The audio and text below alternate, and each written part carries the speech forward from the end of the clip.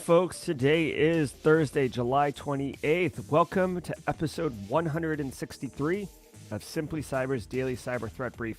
I'm your host, Dr. Gerald Auger, and over the next 30 minutes, I'll be delivering the top cybersecurity news of the day and providing expert analysis on each of those stories on what it means to you as a practitioner, or if you're looking to break in the industry, definitely going to have value for you here.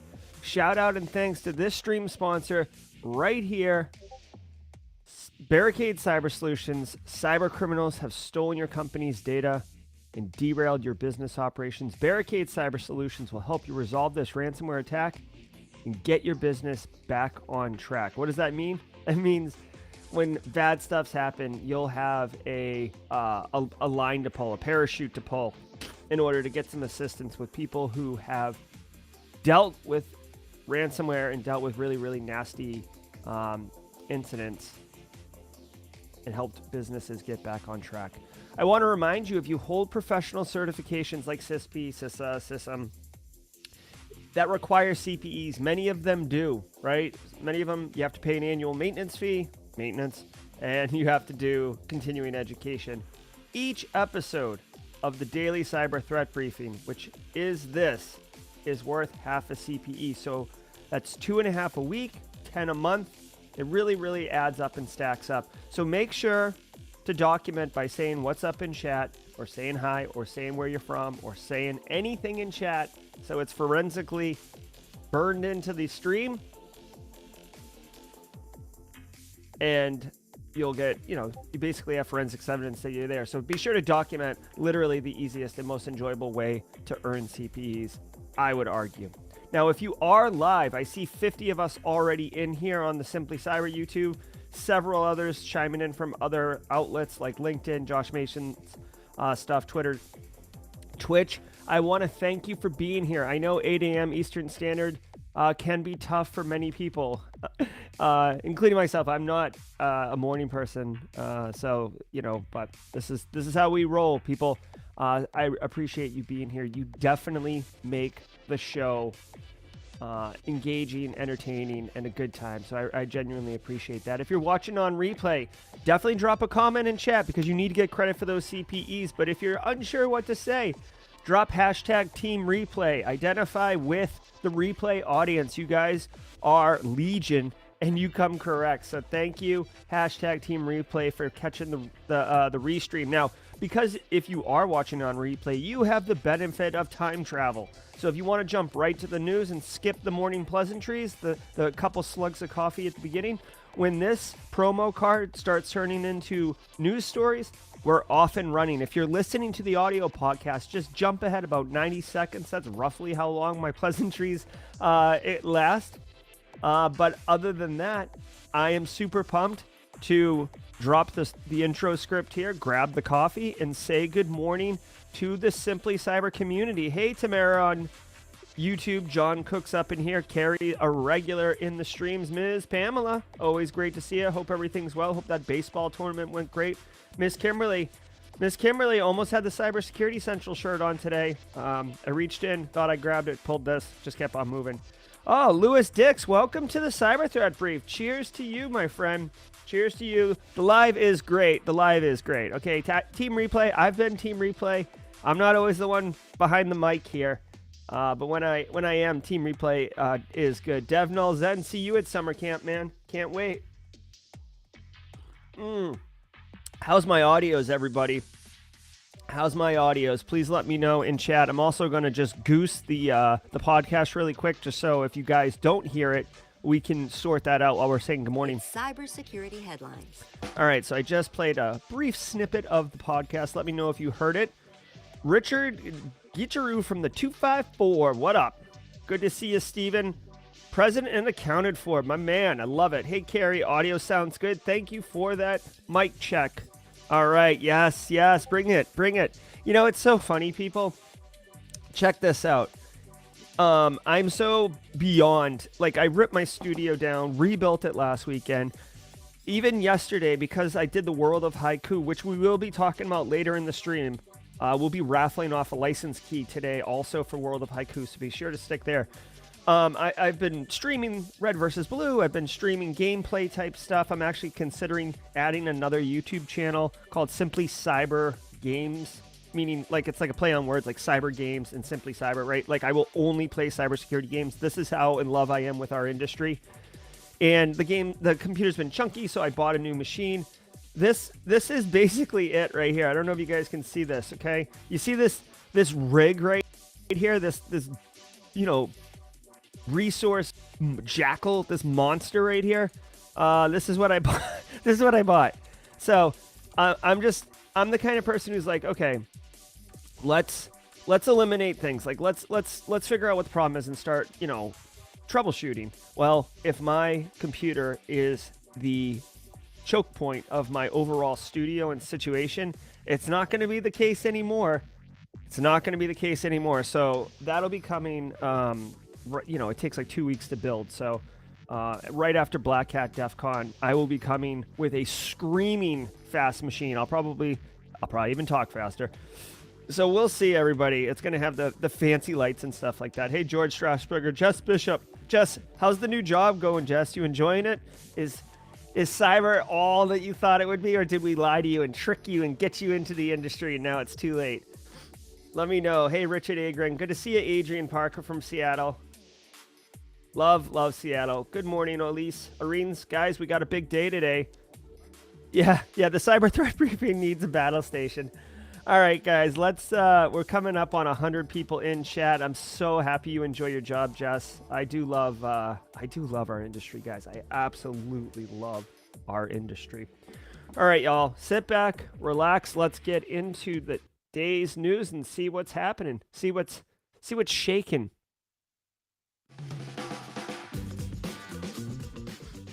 It's Thursday, July 28th, 2022.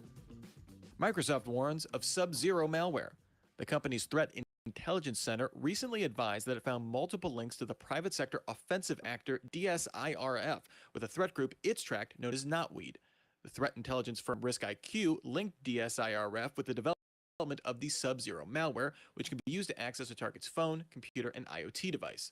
Microsoft further found that C2 servers for Subzero linked directly back to DSIRF. The company observed Knotweed campaigns utilizing multiple 0 days, including chaining 2 Windows privilege escalation with an Adobe Reader attack, leading to a Subzero cybersecurity fatality on impacted systems. Knotweed targets include law firms, banks, and strategic consultancies in countries such as Austria, the United Kingdom, and Panama. Wow. Okay, so very interesting. First of all, can we just agree that any Mortal Kombat reference is awesome?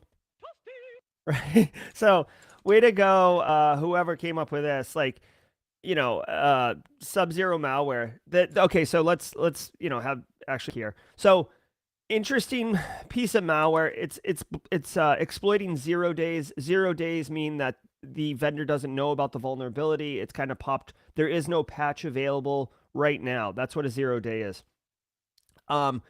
Interesting. This sounds more like kind of an espionage piece. They did mention South America in here in the write-up, Central America entities using a malware. But in the story, they said that it's targeting Austrian, UK citizens. Sounds like it's also targeting mobile devices. So I'm getting kind of Pegasus vibes from this one. This does not sound like commodity malware. This sounds like purpose-built, but done by a sophisticated actor. They're called Knotweed, which is kind of weird. That doesn't really roll off the tongue. I'm sure they'll get a cool logo, but DSIRF. So this almost sounds like, this feels kind of like NSO group-ish, where there's this threat actor group called Knotweed who actually sells or is infecting people, but then this DSIRF, I don't even want to go here. I don't even know what this is. This DSIRF is reporting, almost like they're like a company that sells services, right? So kind of like NSO Group. That's how that's the vibe I'm getting here. There's my computer again. Thank you, tracking cookies. Okay, so the key take here is there's not much you can do. It's a 0 day. It sounds like it's very sophisticated malware. It's targeting iOS and a couple other devices.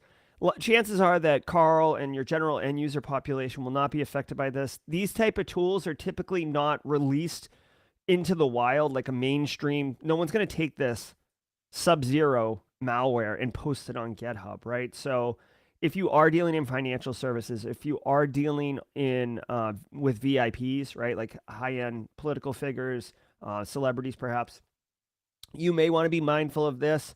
And you could dig in and say, okay, like, are they using Adobe readers or whatever the Adobe app that has the 0-day on their mobile devices? Maybe we pull that app off, reduce the attack surface, essentially eliminating that risk. But I find it interesting that they even like, one thing I would dig into this story personally, like just as a thought, I would dig into this story to understand how they discovered the compromised devices having this subzero malware, right? It sounds like a very elegant piece that kind of runs quietly and infects devices using 0 days. So, yeah, it's a little curious how they uncovered it initially.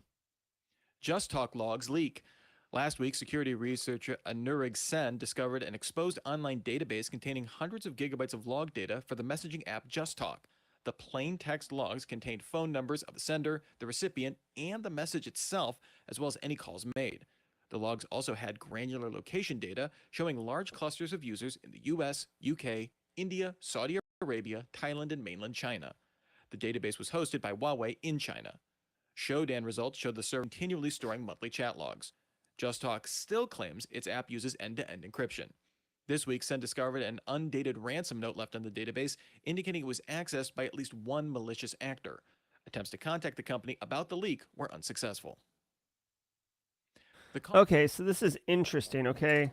You do see this from time to time, and this really does call into question, especially for you GRC folks, and there isn't much you can do about it, but this company, JustTalk, right? It's like end-to-end conversation app. So think Signal, Telegram, whatever, JustTalk, WeChat, whatever. The important thing that I want to point out is that JustTalk, and can you see this in the chat? Yeah. So JustTalk says, where is it? JustTalk says it's messaging app, end-to-end encryption. Only you and the person you communicate with can see, read, or listen. Even the JustTalk team won't access your data! Exclamation point, right? This is a very bold claim, and you say something like this, obviously, for assurance to your client base that they have privacy, right? Immediately, there is a logging database with, now granted, it doesn't have the body of the message, like, hey, Kimberly, let's meet at 2 p.m. Hey, Carrie, let's attack at dawn. Like, it doesn't have the body of the message, but it has who spoke, what their contact information is, when they spoke, right? This is all, interesting information. You can use it. You could harvest it and do social engineering. You could do targeted, like spear phishing. You could, you have a list of actual valid phone numbers. You could actually piece it together, maybe for extortion or blackmail if you know two people are talking, right? Like maybe a what's the word I'm looking for? Like you're in a affair, right? And you're using this app in order to communicate with your mistress or your mister. I guess what do they call the man if it's a man? Like a mistress is typically a woman who's like do they call it? Is that even have a term? Is there a mister and a mistress? Anyways, I digress. The important point is vendors will tell you things, but you have no way to test the efficacy of their statements. You have to put assurance, right? And maybe you have contract terms in place. So that's really your only option. So I would encourage people, when you are doing T's and C's, terms and conditions, with third parties in your information security programs, you're coupling with them, you're entering into contracts, terms of service. Make sure that you put like legal language around the assurances that they're putting in place. And then the thing is, like, if they don't do that, you have that legal assurance to be able to sue them. Do you want to go down that route? Litigation costs time and money. So I guess basically what I'm saying is vendors don't always tell the truth, and you have to be mindful of that. Hosted, like they just throw in that this is hosted on a Huawei hosted server in China. Just, just throwing that in there. All right. I do think it's funny too that it was publicly hosted, which is what led to the leak. So I just spent 2 minutes talking about the how vendors lie about whatever, but the misconfiguration of a public data set that Carl or somebody did not properly secure. So that's another whole problem. And normally I lose my mind about misconfigured publicly facing data sets. I'm not feeling like a lunatic. I'm not feeling like a lunatic this morning, so I'm not going to lose my mind. But yet another example of a misconfigured public facing database. So add that one onto the fire or bookmark it for your I always like to bookmark these things. Just this is something you may or may not take if you want. It's up to you.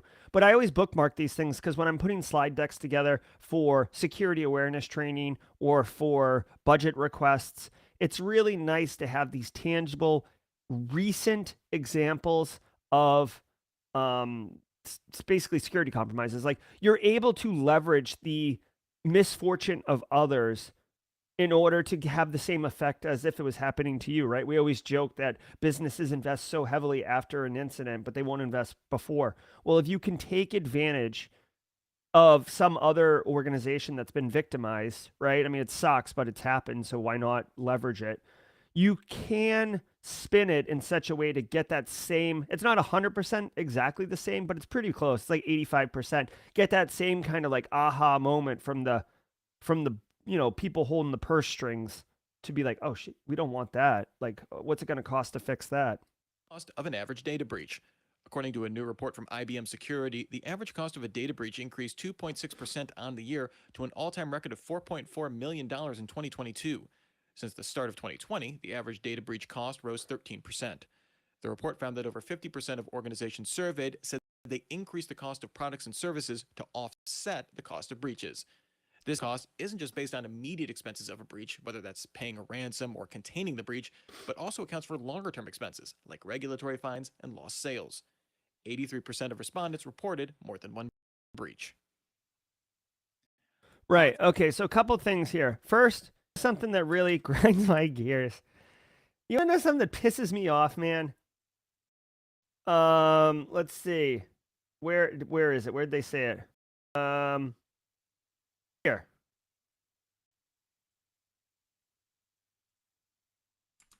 Can you see that? So the average cost of a data breach went up to $4.4 million. Now, that's a large data set. There's like huge. I'd almost want to see the plot point on a graph where the bottom of the graph is the cost of the breach and the the top is, or the bottom is like time and the top is money, because I think that there's going to be some outliers, right? So like the Ronin, bridge Axie Infinity thing, $500 million. Like there's a lot of like high end, but I mean, excuse me, there's a few high ends that are probably skewing this number. But even if you remove the outliers on this, the standard deviation, I'm assuming this is standard deviation, $4.4 million, is pretty close, right? And a lot of people think of just the ransom payment, but as they pointed out in the story, you have to be mindful of downtime. Oftentimes, you have to bring in a service firm like Mandiant, like a Barricade Cyber Solutions, in order to even deal with the situation. You might have to stand up an alternative data processing, not data processing, an alternative operating environment. That costs money, guys. Things cost money. It's not as simple. Like, I always deal with this when I'm doing like tabletop, and you're like, okay, everything's gone to hell. Now what? No, like the sysadmin's like, I'd restore from backups next. And it's like, no, like this is way beyond restoring from backups. Like the computer you're restoring to is melted. Now what are you doing? Like you can't restore backups to the toaster in the break room, Kevin. Okay? We need a plan. Like, what's the plan? What are we doing here? So it costs money. A lot of times people don't have that money. A lot of times, honestly, they'll actually have cybersecurity insurance that will help offset these costs. But what really bothers me, okay, hold on. This is really bothering me right now. Like I got to mirror my camera. There we go. What really bothers me, guys, is that Okay. Instead of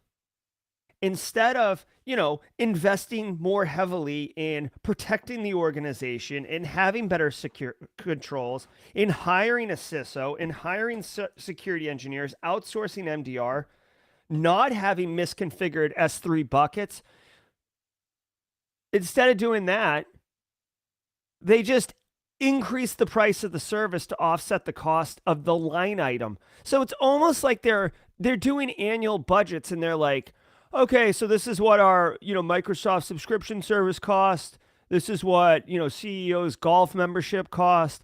We should definitely put a line item for about $4.5 million for breach because that'll happen. Okay, so now what do we got to sell the products for in order to do that? Oh, okay, so last year we sold, Joel Belton's ice creams were $1 a scoop. With the $4.4 million breach, let's make it $2 a scoop. We good here? Yeah, executives high five and then they go play squash. Okay, that pisses me off. I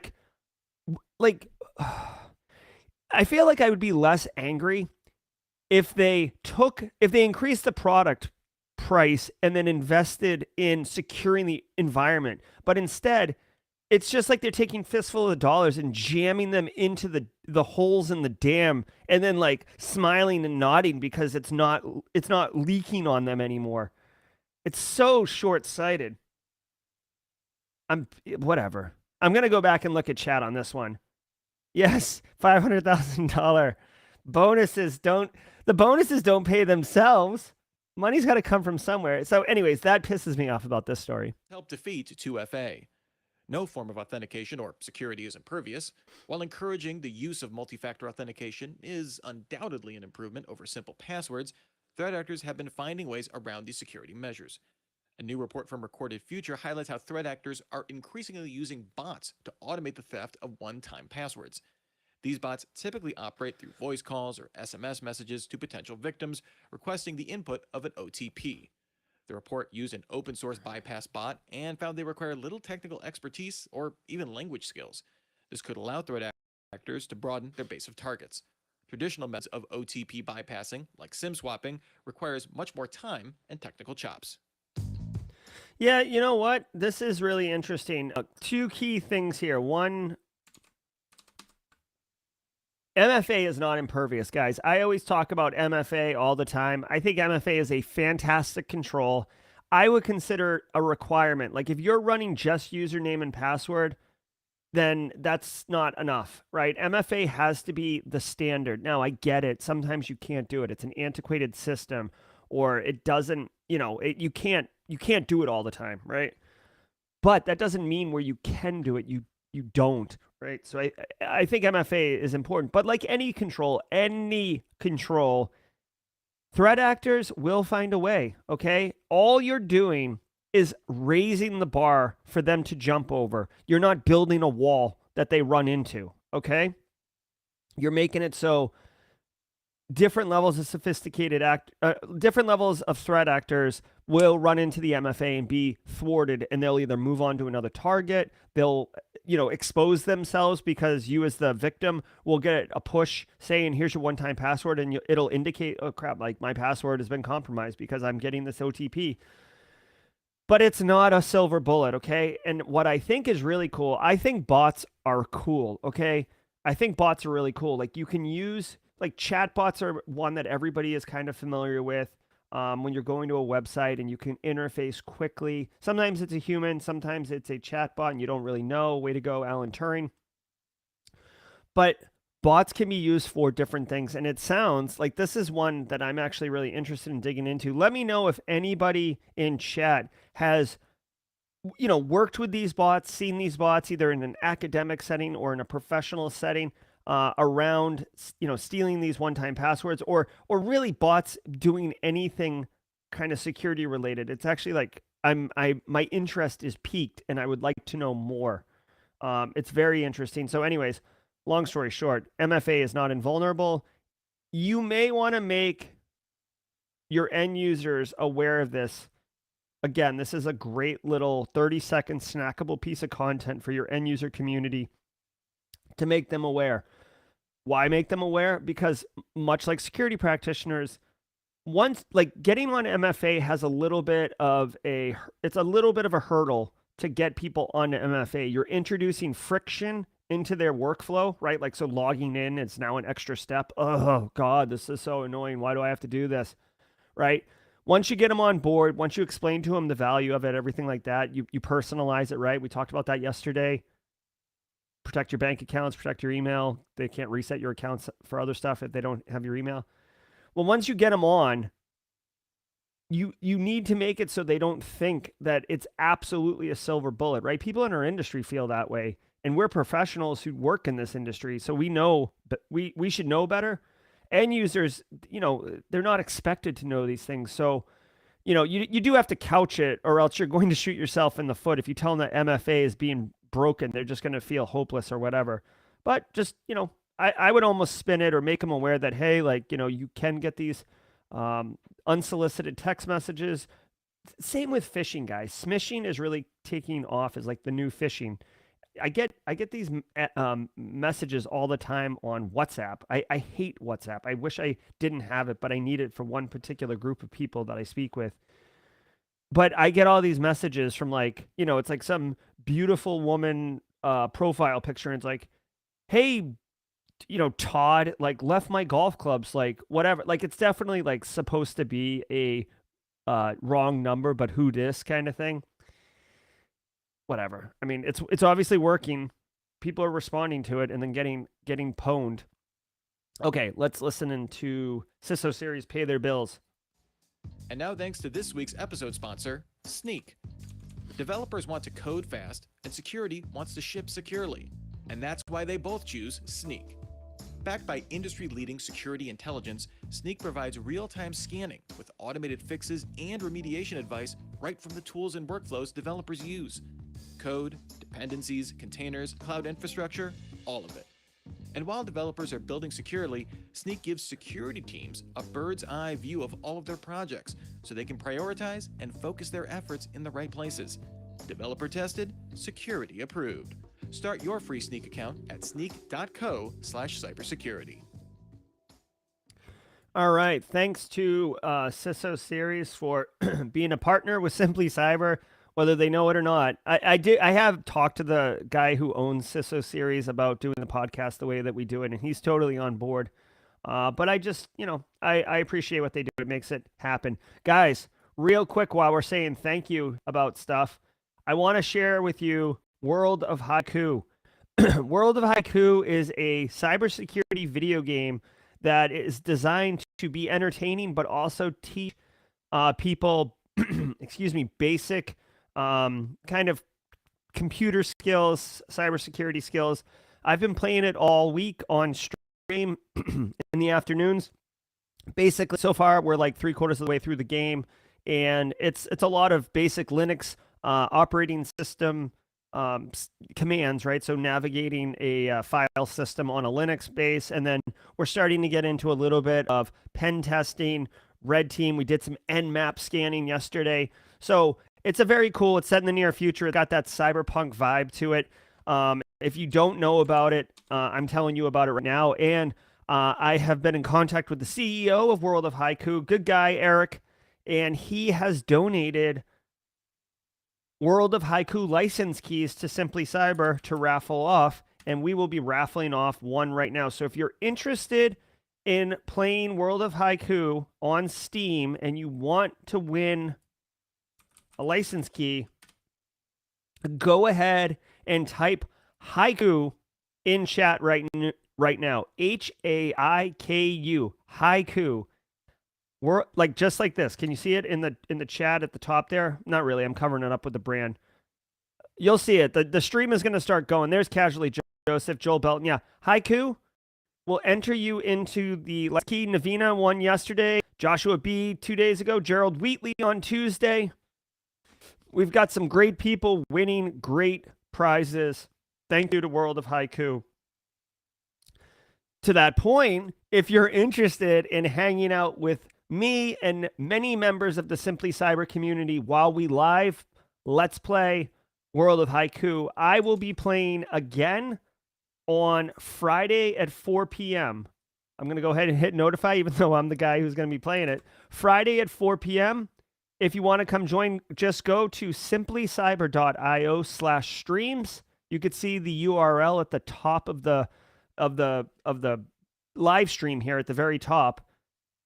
Go to that URL and you will see this play card, this promo card. Go ahead and just hit notify, and you can join us at 4 o'clock. Like I said, we're about 3/4 of the way through the game. I'm going to continue playing it until we beat it. But there is new downloadable content coming out in September. But the idea for me is that we're going to beat it before Black Hat DEF CON, and have a good time with that. I'm going to see if they got merch. I think a Cyberpunk World of Haiku shirt would be pretty cool. All right. Well, good luck to everybody on winning a license to World of Haiku. Let's get back into the news. TikTok promises transparency for researchers. The company's COO, Vanessa Pappas, announced it will grant researchers access to its platform framework and moderation system. Researchers will access public and anonymized data for the purpose of assessing content and tests. This access will also be extended to experts on TikTok's advisory council.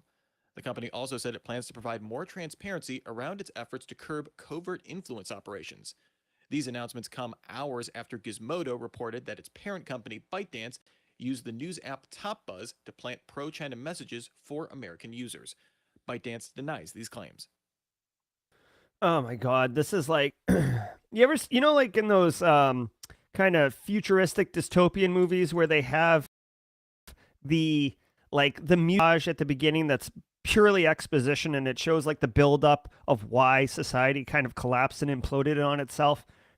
Like, I feel like this is one of those, you know what I mean? Like, so TikTok CEO says, okay, we're going to be like doing more transparency, allowing security researchers access to data sets, coming just an hour after Gizmodo releases a report about China doing basically information psyops or influence campaigns through their news media outlets that they own. China obviously owning TikTok. There's no doubt that word of that report was disclosed to, ByteDance, I think it was, the parent company of TikTok, well in advance. Like, you don't release a report you don't release something of this magnitude and this well orchestrated 1 hour after the Gizmodo story comes out, unless you had, well in advance awareness. Like even like a few days, it would still be aggressive, but like a few days in order to like get your ducks in a row, figure out what you're going to do, and then have a response ready to execute if and when that report came out, which is exactly the playbook that they executed from right here. So we'll see. I will be interested from a data perspective, what kind of information comes out. I hate to be cynical, but I hope that there's some ability to independently verify the integrity of the data source, right? So TikTok's releasing this data. Security researchers will be able to pull from it. It's anonymized, but it'll allow for transparency. You can see what's going on.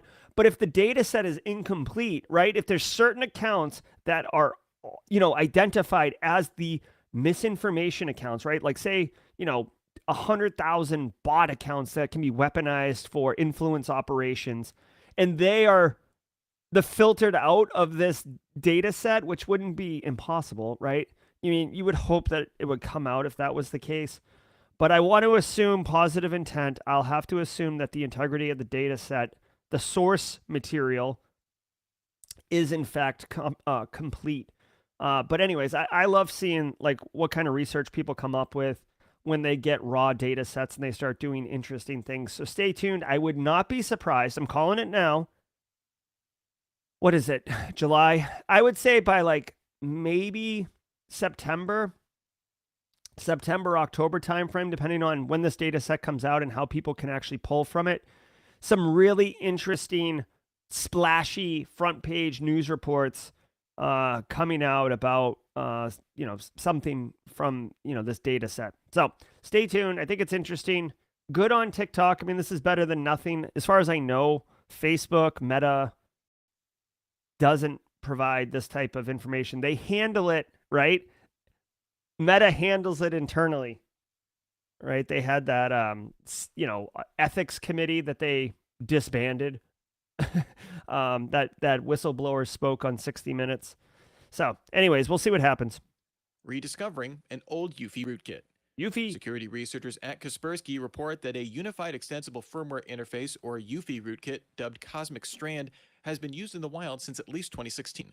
The researchers found the rootkit on Gigabyte and Asus motherboards, which sets hooks along the boot process of a PC to survive reinstalls of Windows or even replacing hard drives. We've seen UEFI root increasing in numbers of late. Cosmic Strand shows the approach may be older and more pervasive among threat actors.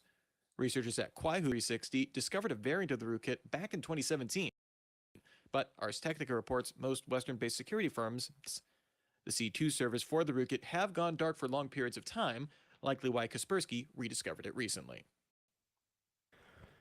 Okay, so this is a little concerning, but I do want to make people feel a little at ease if I can. Okay, so this is talking about rootkits in the UEFI firmware. So, real quick level setting for everybody. A rootkit is a piece of malware that installs kind of in the subsystem at a lower level. It's not like an application running per se, like an executable that you can see. It kind of hides, right? It's in the roots, if you will, and it can do different things.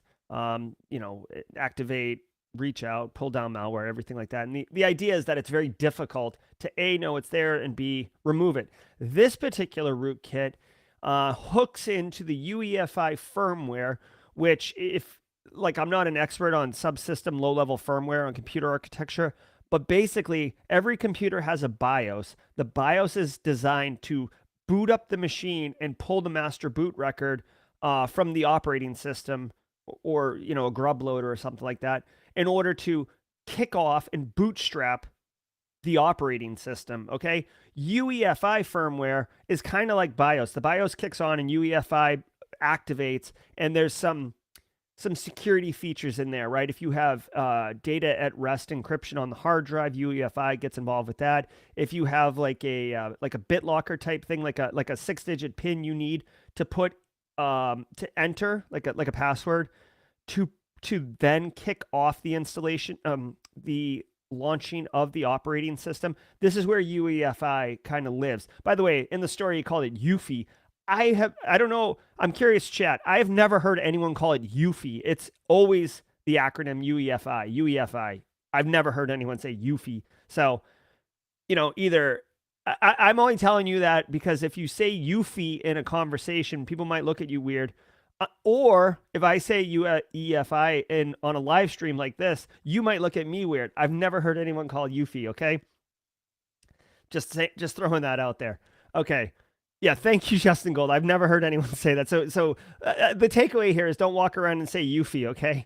All right. Now, here's the interesting thing. They're saying that this, they found a rootkit that was installed in 2016, kind of hiding. They kind of play it up in the story that like there's rootkits all over the place. Boot kits is kind of what they're referring to, a special version of a rootkit.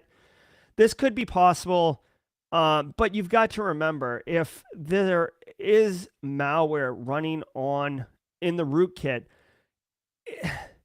I don't care what kind of malware it is, even if it's a subsystem low-level thing, it's still, if it's going to have any effect, I'd have to think about this, but if it's going to have any real effect, it would need to communicate out and pull stuff down and send stuff out, passwords, data, Excel, screenshots, all that. And yeah, it might be in there since 2016, but the C2 infrastructure may have been torn down already, right? Like C2 infrastructure doesn't typically last 6 or 7 years.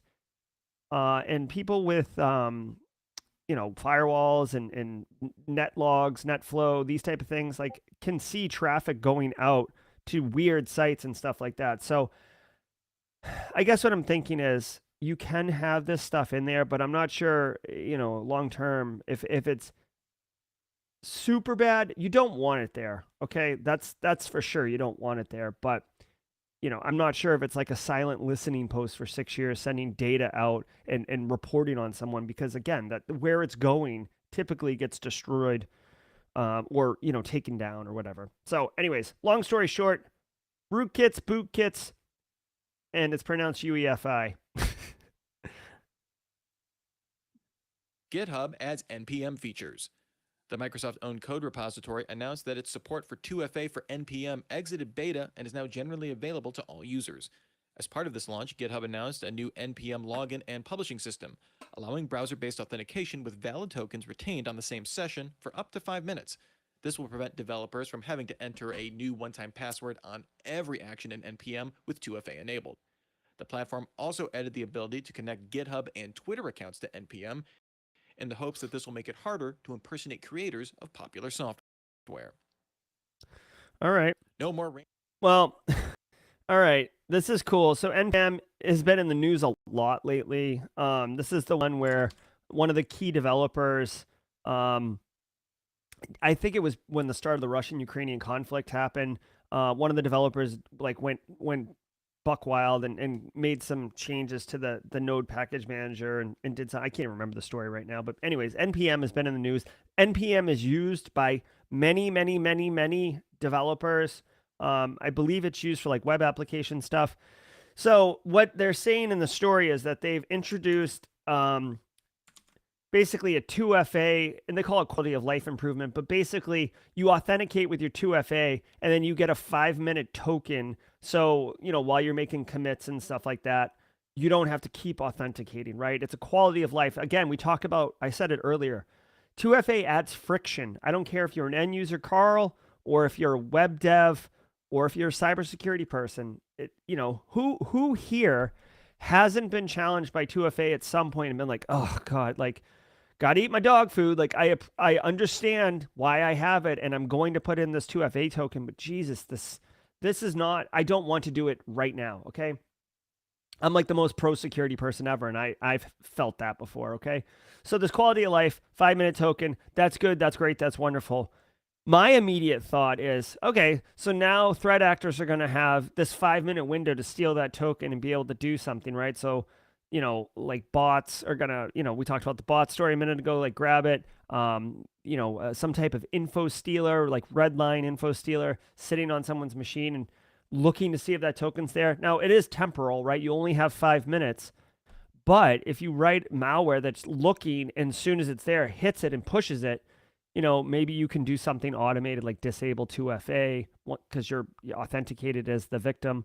Perhaps, I don't know, perhaps something else. But long story short, while this is a quality of life improvement, my mind immediately goes towards how a threat actor could exploit this, which is unlike me. Typically, I don't think of the attacker side of things, but this one is where my mind goes immediately. So be interesting. If you do web dev stuff, if you have web dev folks in your world who use GitHub, you might want to tell them about this. I mean, it is multi-factor authentication. It is a more secure feature while having quality of life improvements, right? You don't have to authenticate repeatedly, right? So you get we get the benefit of 2FA, right? A higher hurdle for threat actors to jump over, and our developers get the benefit of not having to authenticate over and over again because they get this 5-minute session token. So pretty cool. Ransom helps millions. As part of its 6-year anniversary, the No More Ransom initiative reports that it's helped over 1.5 million people decrypt devices. This support spans over 37 languages, with the initiative now partnering with 188 organizations, offering 136 decryption tools to help deal with 165 ransomware families. Back in 2016, the initiative started with partners Kaspersky, the National High-Tech Crime Unit for the Dutch National Police, and Europol's European Cybercrime Center. The initiative also posts technical documentation to help organizations detect ransomware, as well as publishing general guidelines to shore up defenses. All right, you know what? Hat tip to Kaspersky. They get pretty much a bum rap because they're, I believe, a Russian-based antivirus, anti-malware solution provider. And a couple years ago, there was some question about it. I think it was around 2016 during the election and concerns of meddling in the election. Anyways, long story short, the U.S. federal government put a ban, if you will, or an embargo on Kaspersky software, basically canceled it across all the contracts in the federal government, uninstalled it from everywhere. Financially, kind of hurt Kaspersky. So, it's good to see Kaspersky doing some good and getting some good pub. Way to go, Dutch National Police. They wouldn't have come first to mind, but the No More Ransom Initiative, kind of a cool concept, helping individuals who are victimized by ransomware decrypt their devices. I would say that my thoughts on this one is they're probably helping individuals who have no hope of decrypting their devices. This is not an initiative that helps an organization that got ransomware yesterday and is actively trying to recover into a known good state, right? The average at least 2 years ago, the average ransomware incident lasted 5.6 days as far as the impact to the organization. And that includes orgs that actually pay the ransom right away, trying to recover. It still takes almost a week of downtime and impact. So that's another thing you should definitely account for when you're doing your tabletop exercises. 1.5 million people, that sounds like a lot, right? If I had if I had a dollar for each of these people, that would be awesome. But if you think about how many organizations are victimized and how many individuals are victimized, I mean, it's way higher than 1.5 million. So, I appreciate this initiative. It's good to know. It's good to share. I'm not quite sure how they're helping people decrypt their devices, if they have keys. I know some individuals have released decryptors for certain strains of ransomware. But, whatever. I feel like this is trying to hold back a tsunami with a napkin, right? Like, you're doing some good, but it's just overwhelming. So it's not as material. But if you are one of those 1.5 million individuals, you're damn happy that the Dutch National Police and Kaspersky are doing this. So let's I think that's the stories. Cybersecurity boils down to securing your data. Cybersecurity does boil down to securing your data, but it's much more than that, CISO series. It's actually ensuring business operations and resiliency. But we're not gonna mince hairs on my definition of cybersecurity. Let me throw some music on. All right, we got some soft background music, guys. That's the news stories for today. We're going to do the Haiku license raffle draw in 1 second. I want to remind everybody, if you are around later today at 4:30 p.m. Eastern Standard Time, I will be welcoming Chris Rock, not slap you in the mouth, Chris Rock. Chris Rock, the Australian CEO and founder of Sim Monster, DEF CON speaker, and a genuinely great individual who contributes well to the cybersecurity industry. This dude is awesome. I'm super pumped. This is going to be a fireside style chat, meaning we could take the conversation anywhere. We will be engaging with all of you in chat. I'm telling you, this guy is nails. You're going to love it. Come by 4:30 p.m. Eastern Standard Time. Bring popcorn. Get a comfy chair. Throw on sweats if you can, if you're not in the 9 to 5 time frame and you're working. If you are, block your calendar out and be like, I'm not available after 4:30. This dude's going to be cool. I'm wicked looking forward to this talk. Okay, let's do the World of Haiku drawing. Good luck to everybody. Hold on.